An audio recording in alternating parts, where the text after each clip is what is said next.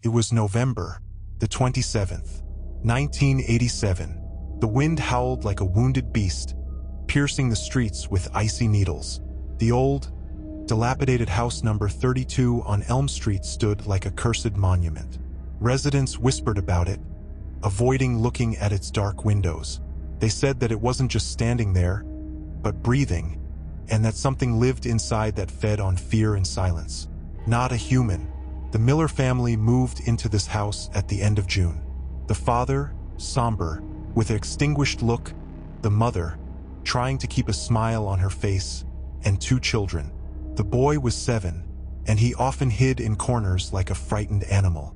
The girl was 5, and she drew strange, red-eyed dolls that she hid under her mattress. At first, everything seemed tolerable if you ignored the constant feeling of being watched. But that feeling quickly turned into something more. The children began to whisper about a black man in the attic, about him watching them from the darkness, and that he smelled of old iron and something rotten. The parents tried to ignore it, but the nightly rustling and the children's screams poisoned their sleep. A month later, the cat disappeared. Ginger, with eyes the color of spring grass. It vanished as if into thin air. The next day, the canary disappeared. The cage was left open, but not a single feather remained inside. Only a faint, sour smell that they couldn't identify. At night, the mother woke up from unbearable cold. A cold that pierced her bones like a grave vault. She felt someone watching her. The walls were exhaling a dead silence. The blanket seemed to slide off the bed on its own, taking away her warmth with it. She looked around in the darkness, but saw nothing. Only shadows dancing on the walls, and the same piercing cold. That same night she dreamed of the attic, and a black man swaying in the corner, with empty eye sockets, like voids, and a smile full of long, sharp, glass-like teeth. The next morning, a child's drawing disappeared. It hung on the wall, pinned with a thumbtack, but it was gone without a trace. It was a drawing of a girl similar to the Miller's daughter, drawn in red ink with huge, tearful eyes. She cried bloody tears. The father, trying to maintain a shred of sanity, sounded the alarm. He didn't believe in silly tales, but he felt that something was wrong, that this house was tainted by something unclean. He searched every corner, the attic, the basement, all the closets and cracks. He found nothing, only the cold, which seemed to emanate from the walls, and a strange, cloyingly sweet smell, like decaying fruit. In the attic, he found an old children's toy, a rag doll with embroidered button eyes, lying on the floor as if it had been left on purpose. At midnight, it was exactly 12 when the silence in the house broke. The lights in the house went out, leaving them in pitch darkness, and they heard it, a noise in the attic, as if something was scratching with its claws against the wood, scraping, as if something was sharpening its claws, tearing through the wood. The children cried in terror.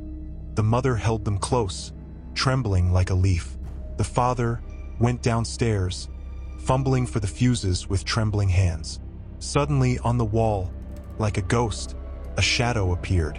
A huge, deformed shadow with long, tentacle-like arms, with sharp, razor-like claws.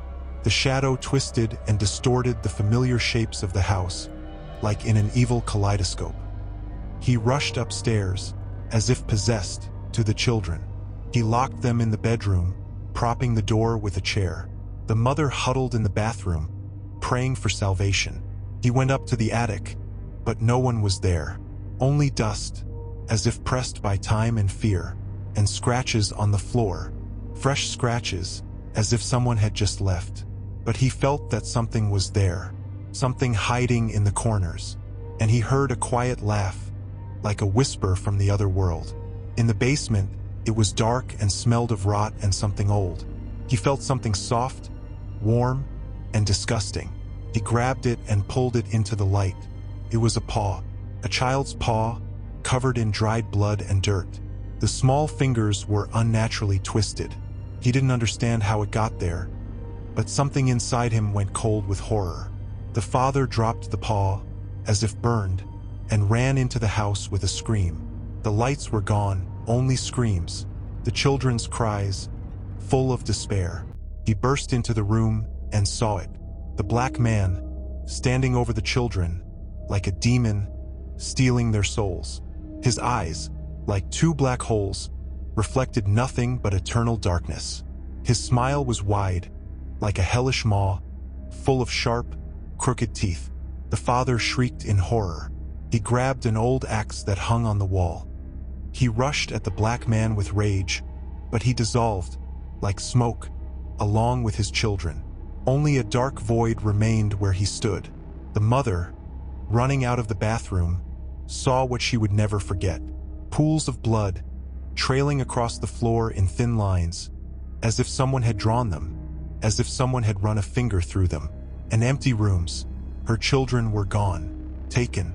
She fell to the floor and wept, unable to grasp the full horror of what had happened. The father sat as if paralyzed, looking at the axe, as if it were a traitor, and wept, unable to say a word. They left the house the next morning. The house number 32 on Elm Street.